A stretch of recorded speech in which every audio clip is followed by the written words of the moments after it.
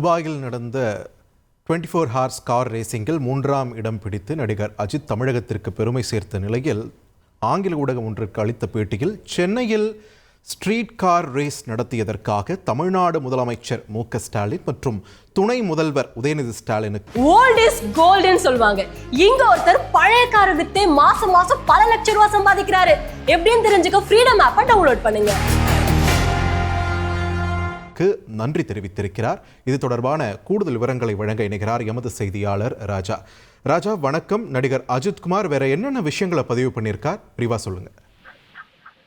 வணக்கம். நீங்கள் குறிப்பிட்டது போல் துபாயில் சமீபத்தில் நடந்த அந்த கார் ரேசிங்கில் நடிகர் அஜித்குமாரின் இந்த அஜித்குமார் கார் ரேசிங் அணி 3வது இடத்தை பெற்றிருந்தது. இது அஜித் ரசிகர் மற்றும் இல்லாமல் திரைப்பிரபலங்கள், இந்தியாவில் உள்ள ஏராளமான அவரது ரசிகர்கள், அதே போல் இது தமிழகத்திற்கு பெருமை சேர்த்த விதமாக பலரும் இதனை கொண்டாடினர்.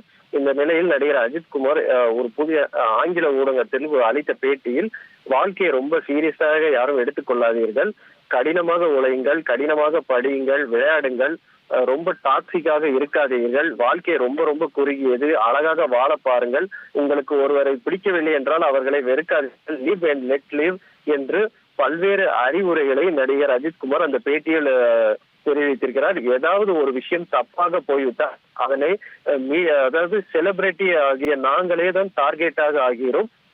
இதற்கு மக்களும் அதே போல் ஊடகங்களும் அதுக்கான ஒரு அக்கௌண்டபிலிட்டியை எடுத்துக்கொள்ள வேண்டும் என்றெல்லாம் தெரிவித்திருக்கிறார். இந்த நிலையில் இந்த துபாயில நடந்த கார் ரேசிங் ஆகட்டும் சரி, அதே போல் சென்னையில் சமீபத்தில் நடைபெற்ற ஸ்ட்ரீட் ரேசிங்காக இருக்கும் சரி, இதற்கான ஸ்போர்ட்ஸ் டெவலப்மெண்ட் அத்தாரிட்டிக்கு தனது நன்றியை தெரிவித்திருக்கிறார். இதற்காக மற்றும் தமிழ்நாடு அரசுக்கும் தமிழக முதல்வர் மு.க. ஸ்டாலினுக்கும் அதே போல் துணை முதல்வர் உதயநிதி ஸ்டாலினுக்கும் அவர் தனது நன்றியினை அந்த வீடியோ பேட்டியில் தெரிவித்திருக்கிறார்.